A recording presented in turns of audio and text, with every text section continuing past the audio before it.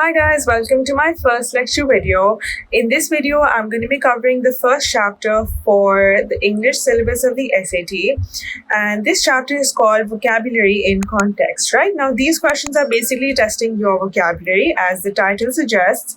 They're testing your ability to infer the meanings of words just by looking at the context of the passage.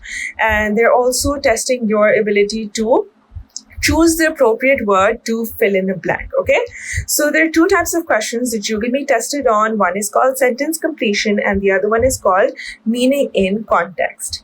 Now, you can expect about 10 of these questions per test, as I've written over here, which is quite a bit. 10 questions per test is quite a bit, the vast majority of which will be sentence completions. Okay, so we're going to get to each type of question one by one. We're going to do it individually. So let's get started with the first one, which is sentence completion. Now, what is sentence completion? You will be basically given a short passage out of which one word will be removed, right? So there will be a blank in the place of that word, and you will have to choose one of the four options to fill in the blank. Okay, so there will be one word given in each option, and you will have to choose one of them to fill in the blank. So the second type of question is called meaning in context, and in this one you will be given a complete passage, but one of the words in the passage will be underlined or highlighted in some way, and you will have to determine the meaning of that word. Okay, so in my opinion, the sentence completion questions are a bit harder, but nothing that is impossible. All right, so nothing is impossible, so don't worry too much about it. We're going to work through these questions and you'll be able to understand how to solve each type of question. Now guys, all I want to say over here is that there are some words in the English language that have two meanings or even three meanings, right? And the SAT is basically mostly going to test you on that. Okay, so what I mean by that is sometimes in the meaning in context questions, especially the underlined word will have multiple meanings, right? And there will be one meaning that will be the most commonly used one, right? And that will also be one of the options. But just know that whenever you spot a very, very commonly used definition of a word in the options, that will be the wrong answer, okay? Because it's not supposed to be that easy. If it was that easy, it wouldn't be there on the test. So just to repeat myself, whenever you see a very commonly used meaning of a word, do not select that, because that will be the wrong option. Okay, that will be the wrong answer. You will have to look elsewhere and see what another meaning of the word might be, right? Because like I said, a lot of words in the English language have double or even triple meanings, so look out for those. So let's start with sentence completions and let's see how we're supposed to work through them. Okay, the entire process is super easy, but of course it needs to be known, which is why I'm covering it. So the first step is, of course, it goes without saying, please read the entire passage. Okay, do not just read the sentence that contains the blank. Do not do that in any case on any question in the SAT. All right, do not do that, because you will end up selecting the wrong answer. Read the entire passage. If you don't understand it, read it again. If you still don't understand it, read it a third time. Make sure that you understand it, because context is super important in these questions. Okay, they're not just asking you the meaning of a word, they're asking you the meaning of a word in the given context, okay, which is very different. So please make sure to read the entire passage and also consider the missing word in context of the full passage. Like I said, context is super important. Okay, another thing that you have to do is identify the keywords or phrases or look for clues. Okay, so we're going to come to this part, the clues and the keywords part, in a bit, but for now you just need to know that you need to read the whole passage and you need to look out for clues and keywords. The second step is to plug your own words into the blank. Now, what this means is when you read a passage, right, and one word from the passage will be missing, there will be a blank space in the passage and you will have to fill that in, right? Now, when you read the whole passage, obviously we've been reading since we were children, so we have a basic comprehension skills, right? Everybody does. When we read a passage and there's a word missing from the passage, we sort of know on some level we know what kind of a word should fit in over here, right? So we all have that basic skill. So use that skill and think about which word should come in the blank. Okay, before even looking at the options, before going to the options, just think about what kind of a word should come in the blank. Okay, if for any reason you're not able to do this, that is completely fine. Don't worry about it. Just go to the options and follow step number 3. Okay. Now, step number 3 is play positive and negative. I've added a star next to it because it is super, super important. In my opinion, this step really, really helps you get to the right answer. Okay. So what does that mean? Play positive, negative. When we read any sort of a passage, okay, now that passage can be a text message, it can be an email, it can be a story, it can be an article, a news report, anything, we figure out, right, we are able to identify whether the passage has a negative feel or a positive feel, right? In some cases, a passage can also have a neutral feel, but let's just talk about positive and negative first, okay? So, for example, when someone sends us a text message, we're able to tell whether the person is angry or happy or sad or excited, etc., without even looking at their face, right? How do we know that? By their word choice, right? By the words that they use in their text. And that is exactly what we're going to do over here, okay? So it's a lot easier than it sounds.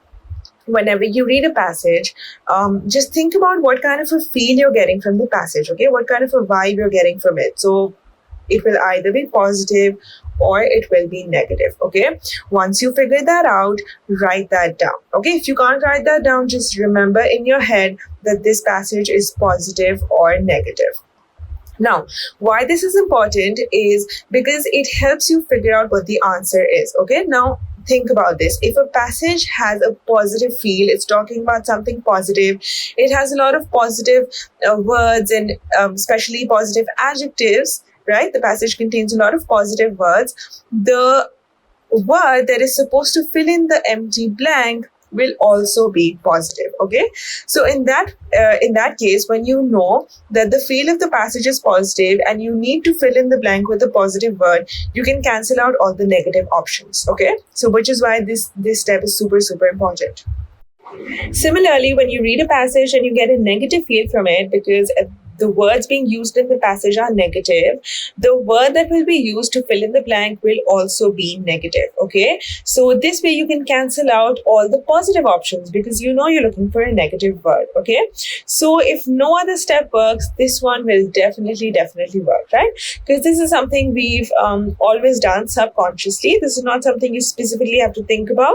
This happens very subconsciously, okay? So I think this is the easiest and most important step.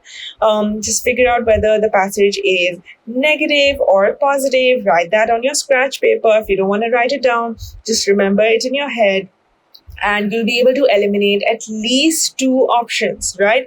If you're very lucky, you will be able to eliminate 3 options. So plug in the remaining options and see which one works better, right? So through this step, you can easily eliminate some options. Now guys, earlier I talked about looking for clues and keywords. So I'm going to go over that right now. Okay, this concept is super easy. It's not very hard to look for clues and keywords. It's very, very easy and I'll tell you how to do that. Let's first understand what transition words are. Okay, transition words, as the name suggests, they help you transition between 2 sentences. So from one sentence to another, or they also help you transition from one part of a sentence to another, okay? So all of us know what transition words are. There's and, there's because, but also similarly, there are many transition words used in the English language. So basically, the point is that you have to look out for transition words, okay? Now, there are 3 types of transition words that you need to look out for.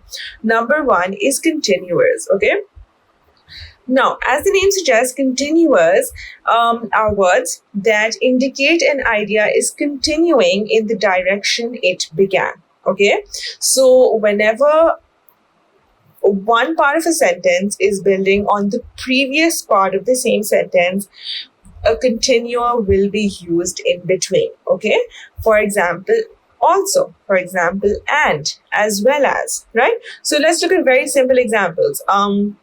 I went to the park and I had a lot of fun, right? So and is a continuer. It's building upon the previous idea that I went to the park, right? And it's presenting a new idea, which is that I had a lot of fun. Okay, so that's a very simple, basic example. Whenever you want to add on to the previous idea and continue the same idea, you use these words. In addition, additionally, furthermore, likewise, moreover, similarly, all of these, right? So these are called continuers. Whenever you see continuers in a passage, you know that you need to look for words with a similar meaning or the same meaning as the word in the blank. Okay, so let's look at an example of that.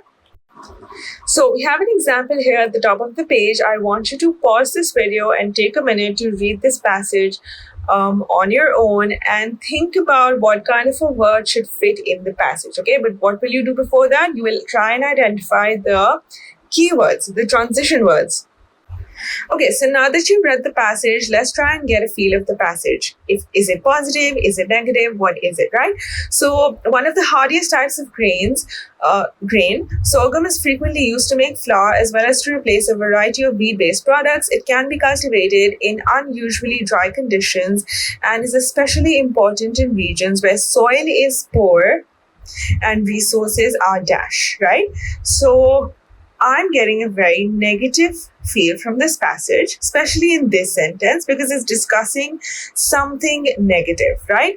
And so we've decided what kind of a passage this is. We've decided that it's a negative passage. So we're looking for a negative word over here, right?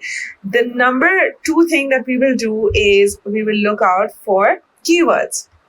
So the keyword that we have to look out for is right here. And, right? And is a continuer, and it means that you are building upon the previous idea. It also means that since they've said soil is poor, there will be something similar stated about resources, right? So you can say resources are less or resources are scarce, right? Let me write that down. So less or scarce. All right, so I hope you get the idea. This is actually super simple. Just look out for the keywords. In this case, we have a continuer, and so we know that the word that comes in the blank will be similar to the idea that the soil is poor. All right, let's look at the second type of transition words that you have to look out for. They are called cause and effect words. Okay, now what is cause and effect? Cause is basically an event that happens, and effect, like the name suggests, effect is an event that happens as a result of the first event. Okay, so think about this. Something is happening, and as a consequence of that, something else is happening, right? So a very simple example. Ahmed didn't go to school because he has a stomach ache. Okay, so what is the cause over here? That Ahmed has a stomach ache, and what is the effect? That he doesn't go to school. Okay, so super simple, and the word that I used in the middle was because. Okay, so that's a cause and effect word. Now, let's see the different cause and effect words. We have as a result, because, consequently, in that, therefore, thus, and also colons and dashes. Okay, these are punctuation marks. Colons and dashes also signal a cause and effect relationship. So let's look at this example given over here. Please take a minute to pause this video and read this example by yourself and think about what kind of a word should fit in over here. And think about the keywords, the transition words that are being used in this passage. Okay, so let's look out for some keywords.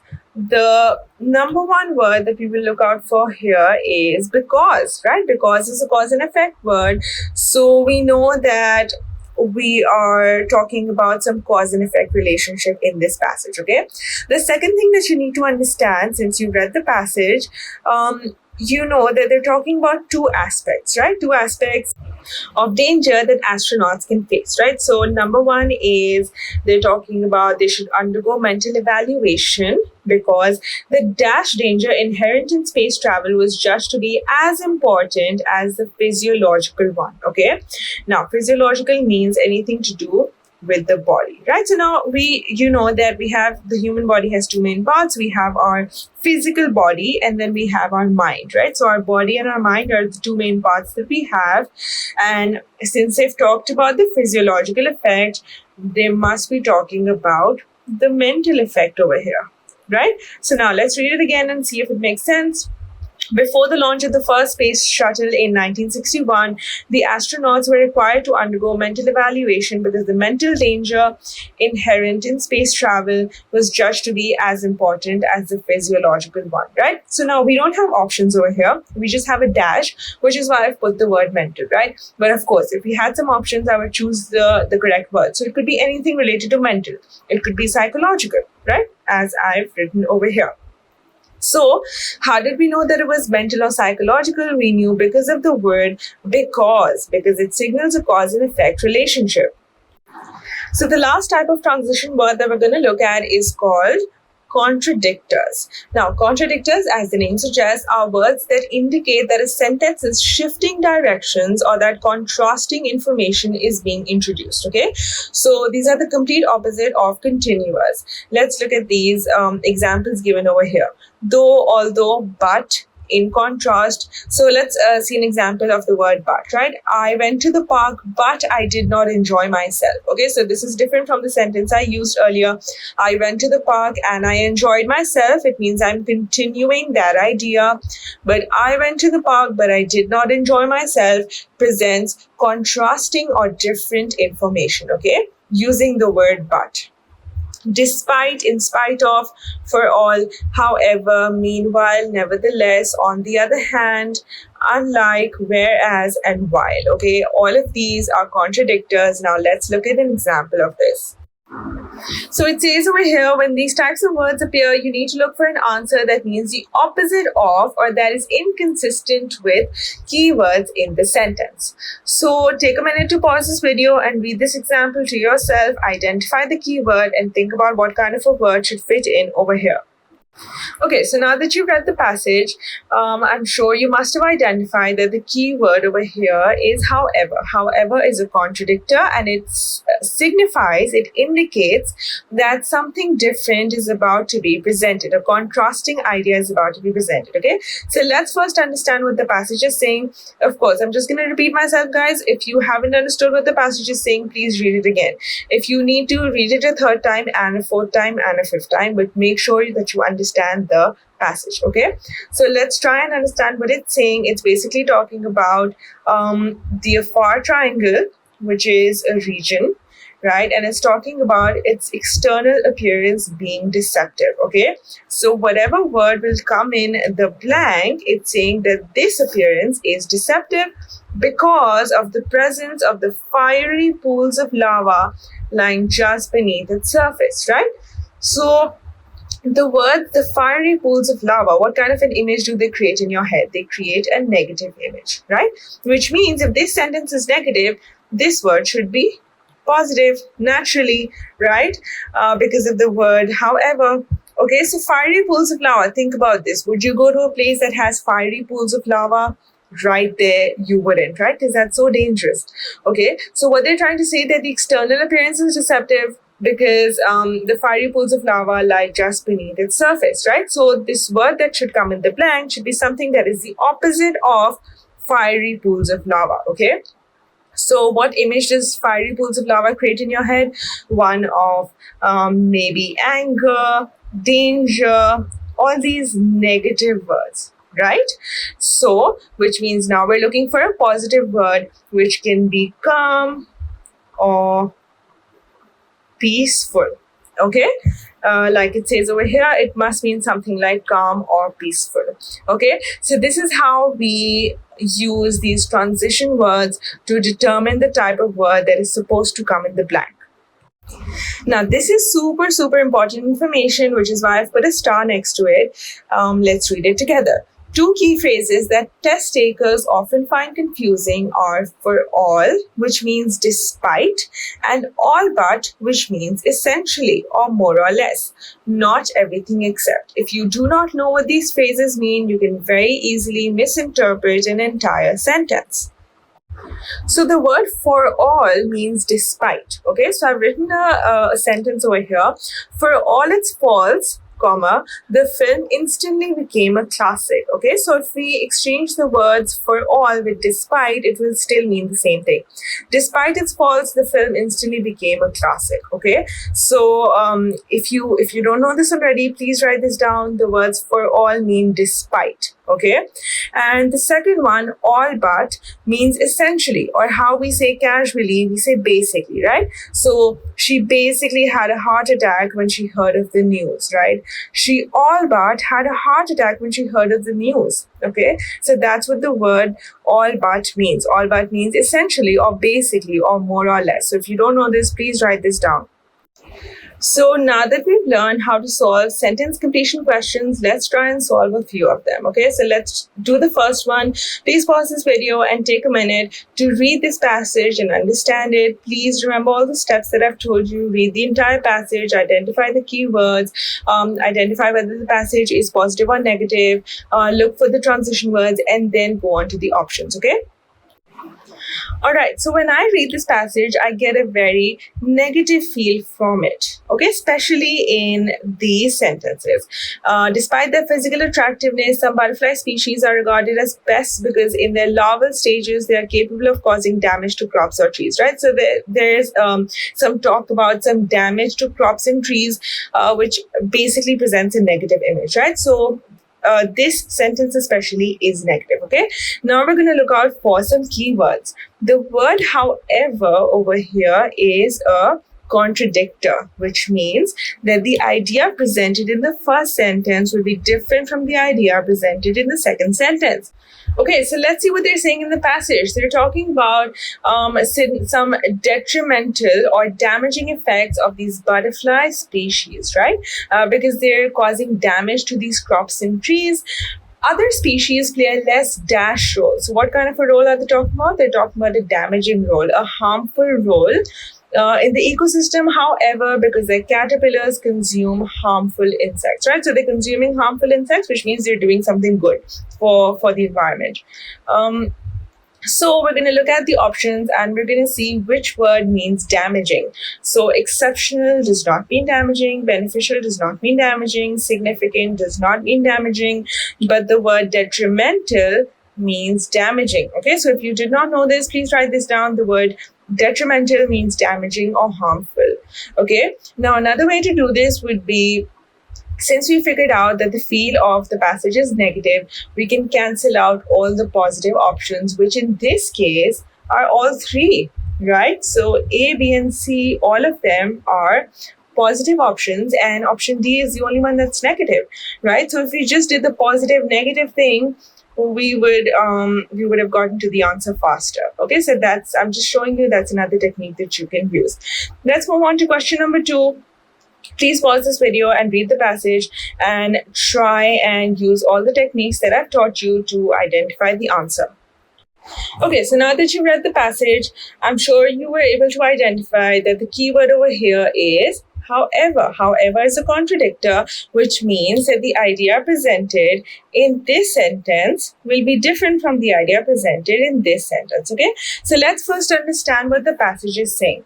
It's basically saying that in the two-dimensional world of maps, the world atlas that we have in the form of a paper book, sharp lines are used to demarcate where one country ends and another begins, right? So that's very obvious. That's very easy to understand, I think. So when you see a physical world of maps in the paper form, you will see that there are sharp lines between countries, right? And those sharp lines, they represent boundaries between those countries. In reality, however, which means something different is about to be presented, boundaries between nations are typically much more dash. So what kind of a word are we looking for to fill in the dash? We're looking for something that is the opposite of sharp, right? So something that is the opposite of sharp, because they use the word however. So they're trying to say that in reality, the boundaries or the lines between these countries are not so sharp, okay? So let's look at the options. There's fluid, which can be the answer, right? Precise doesn't really make sense. It's not really the opposite of sharp.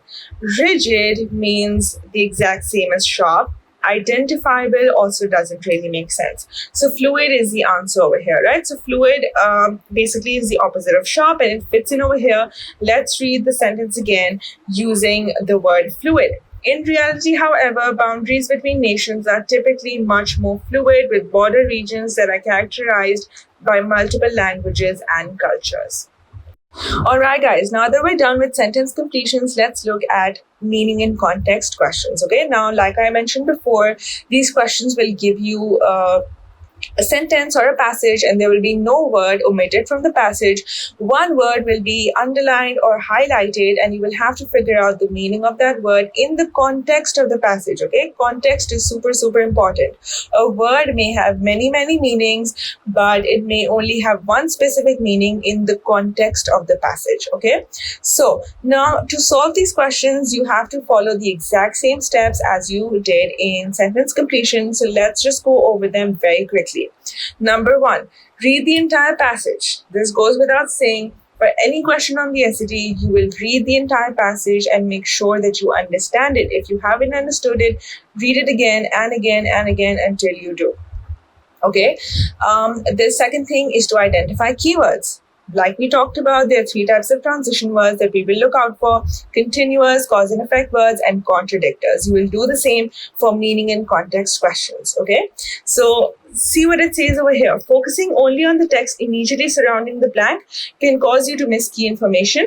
However, you must also be careful to focus on what is truly important and ignore what is not. Okay, so now you're like, this is contradicting information. What does this really mean? This means that you will get the hang of this as you do more practice. Okay, so don't worry too much about this. Just know that you have to read the entire passage and try and identify the keywords. Step number 2, plug in your own word and find the answer choice that matches. Okay, so just like sentence completion, even though you've been given the word, there's no blank over here. You will try and change it.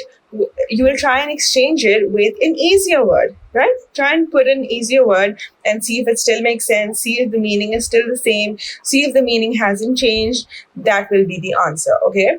Then step number 3, plug each answer choice into the sentence. So if you're not able to do step number 2, no issue at all. Just move on to step number 3, plug each answer choice into the sentence and see which one makes sense. Okay. Number 4, play positive, negative, and process of elimination. So this is just what we talked about before. Get the general feel of the passage. Is it positive? Is it negative? And then you'll know that the underlined word or the highlighted word should have a positive meaning or a negative meaning. Okay, let's do some examples and then you'll understand better. Now, this is a super easy example. Just take a minute to pause this video and read the passage yourself, try and understand it, and try and figure out what the answer is. Okay, so now that you've read the whole passage, I'm not going to read it for you.